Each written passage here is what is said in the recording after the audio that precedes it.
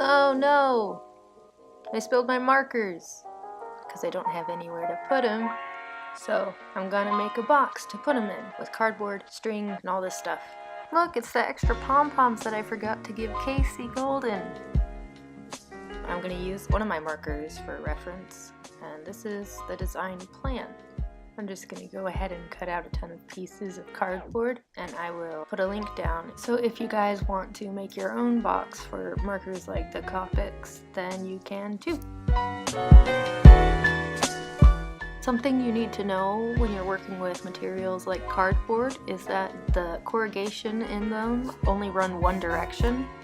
So you need to strengthen it, and in order to do that, I cut out 2 pieces of cardboard for each side of the box and made sure that one had corrugation running horizontally and the other one had it running vertically, so when I place them on top to each other they would be strengthened.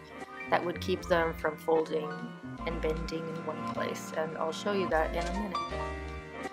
If you wanted to, you could make this box out of something like wood. It's just that you would have to cut it differently, and I didn't have any wood lying around. I had a ton of cardboard that needed to be used somehow, so and I figured, hey, might as well use this cardboard for something useful. Okay, here's where I'm showing you how I have the corrugation lined up differently. So this one's horizontal and this one's vertical, and that'll keep it from bending in any sort of spots and hurting the box. There's also a thin strip of cardboard hanging out from the bottom piece, so this is gonna help keep the pieces together when you assemble the box. Just so you guys know, this took me about 2 hours off camera to assemble the whole box. And this is where I found out that I accidentally cut my finger. So I didn't actually cut it on the blade, it was on the side of the X-Acto knife blade, which is still pretty sharp, so just be careful. And now it's time to clean up my workspace because there's a lot of pieces of cardboard that were all over the cutting mat. Okay, now I am gluing the 2 pieces for each side together so that they will still have that little overhang that you see right there. And that little overhang is only on 3 sides of the side because one is going to be where the opening to the box is. So before the actual assembly, I need to mark some places where I'm going to puncture some holes, because to keep the markers in their own little places, I'm going to use string to separate their spots.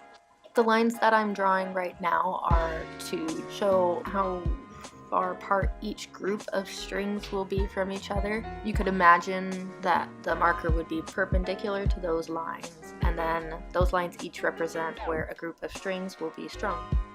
In order to precisely know how far each hole should be from the other one on each line, I took the cap of one of my larger Copics and used that as a measuring tool.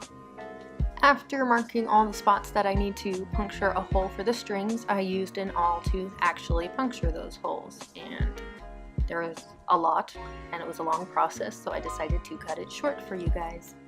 Okay. Here's where I'm going to show you how I'm going to assemble it, the 2 sides locked together. Okay, I forgot to mention that halfway through this project I had to go to an eye doctor appointment and my eyes were dilated, so I had no idea that this entire shot was out of focus. So I'll make it quick.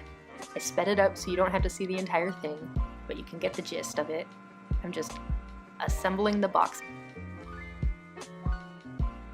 Now, I was very determined to get this entire project done in one day, and I thought I could thread a needle myself and be fine with it. But as you will now see, I could not. I was very determined to though, so I even tried this little life hack thing that you see in one of those videos. It didn't work. So the next day, I was actually able to thread the needle after some difficulties. The string I was using was kind of thick for the needle, so it ended up fraying, and I eventually got it strung off camera though, and there it is.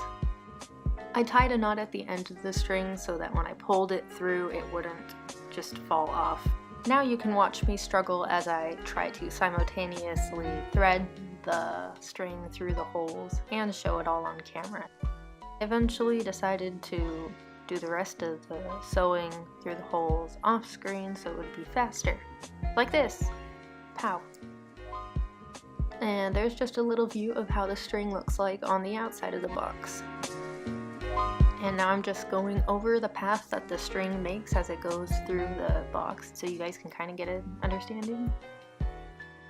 For the final layer of string, I decided to film it all, and this is going to be a long process, so I shortened some of it and cut out a lot of it. But hopefully this will help you a little bit better with the actual sewing part of this project.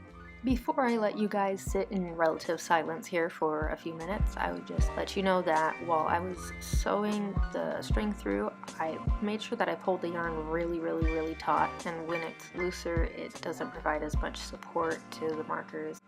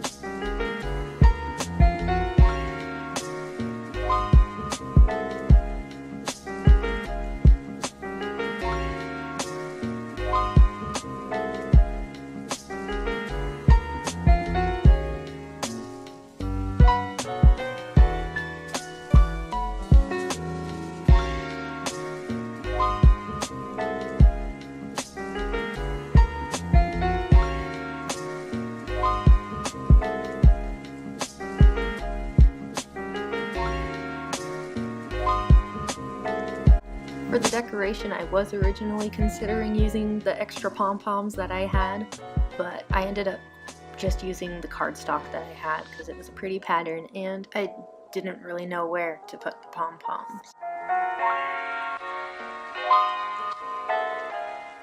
Okay, right here is just an extra step that I'm doing so I can hang up my box instead of having it like sit on my desk because I value my desk space, and the string is just to help it hang from a hook.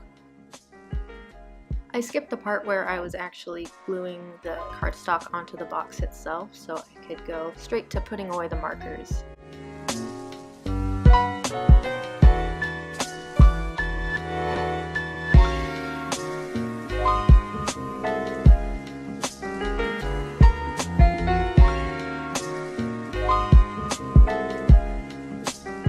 Please like this video if you enjoyed it, and subscribe if you want to see any more stuff. I might do some more crafts, but I'll probably stick to doing some drawing stuff for now.